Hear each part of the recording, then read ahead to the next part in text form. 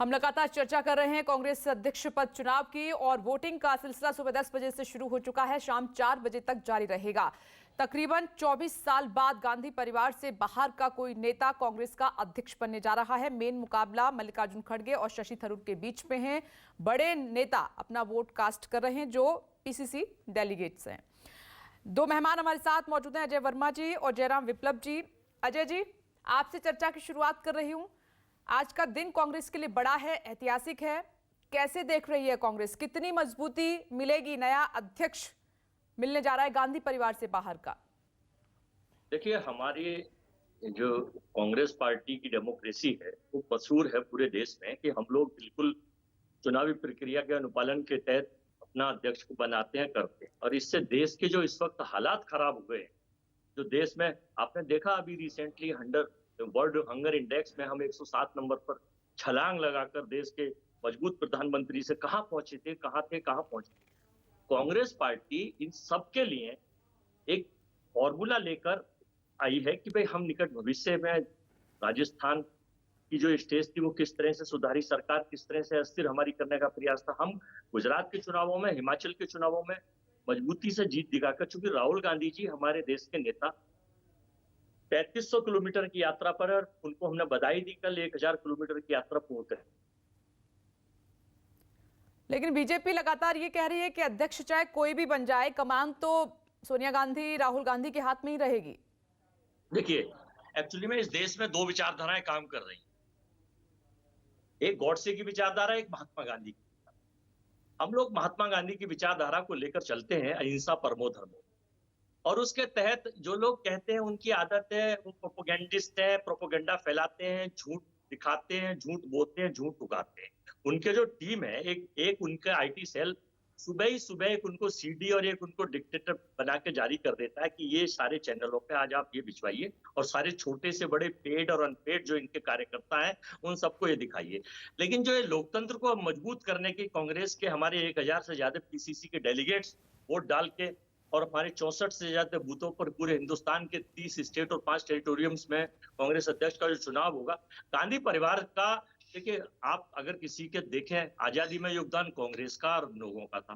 गांधी परिवार से 4 प्रधानमंत्री दिए, 2 प्रधानमंत्री देश के लिए शहीद हो गए। तो हम कोई अगर आलोचना करता है तो उसे करने दीजिए। हम लोग बड़े अपने तरीके से पॉजिटिव एटीट्यूड्स के साथ, सकारात्मक ऊर्जा के साथ, हमारी नेता सोनिया गांधी, हमारे नेता राहुल गांधी, मैं 10 सेकंड में खत्म कर रहा हूं कि चूंकि अगर हिंदुस्तान के सारे मुद्दों पर बेबाक राय और बेबाक चर्चा परिचर्चा कोई करता है तो वो हमारे नेता राहुल गांधी है। अच्छा, एक बात सुन लीजिए, एक और बीजेपी की पार्टी सुन लीजिए, वर्ल्ड का कोई भी इंडेक्स या हंगर इंडेक्स हो, हैप्पी इंडेक्स हो, महंगाई का हो, अगर इनके फेवर में आ जाता है तो बहुत अच्छा है। और वर्ल्ड की अगर कोई भी कितनी 100% सत्य संस्था है वो इनके खिलाफ जाती है तो इनका झूठ का 1 मिनट सर, ये तस्वीर काफी अहम है।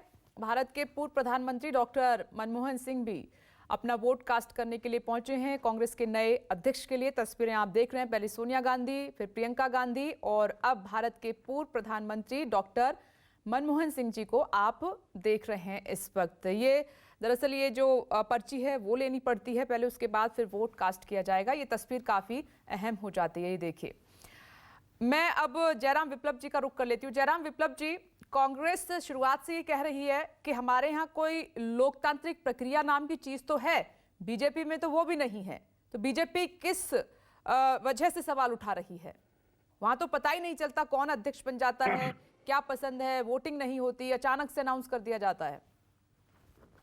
विपनेश जी, कांग्रेस पार्टी जो कुछ कह रही है उसका जवाब कांग्रेस पार्टी के नेताओं के बयान में ही मिलता है। कांग्रेस के भीतर आंतरिक लोकतंत्र कितना है और इस चुनाव की असलियत क्या है, यह भी बीते दिनों उम्मीदवारी के बाद शशि थरूर जी के बयान से दिखाई पड़ता है, स्पष्ट हो गया, जग जाहिर हो गया।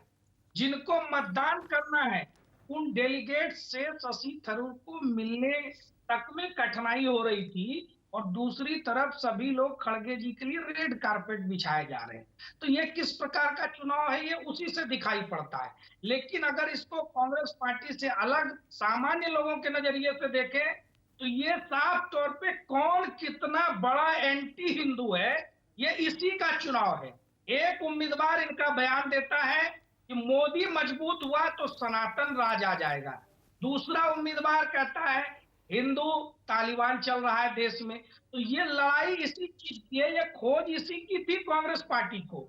वो कांग्रेस पार्टी जो हिंदू टेररिज्म की थ्योरी चलाती थी, वो कांग्रेस पार्टी जिसमें श्री राम के काल्पनिक होने का एफिडेविट सुप्रीम कोर्ट में दिया था, उसको एक एंटी हिंदू अध्यक्ष की तलाश थी। उसी तलाश में ये चल रही है सारी कवायद। अब आते हैं चुनाव के ऊपर। चुनाव चार तरीके के होते हैं, चार तरीके के होते हैं। एक दिखावे के लिए चुनाव होता है, एक आपसी खींचतान का चुनाव होता है, और एक स्वस्थ प्रतियोगिता के तहत चुनाव होता है, और एक जब परिवार में चयन करते हैं तो मिल बैठकर सर्वसम्मति से चयन करते हैं। और भारतीय जनता पार्टी एक परिवार है, और परिवार के तहत हमेशा कहीं कोई झगड़ा नहीं है।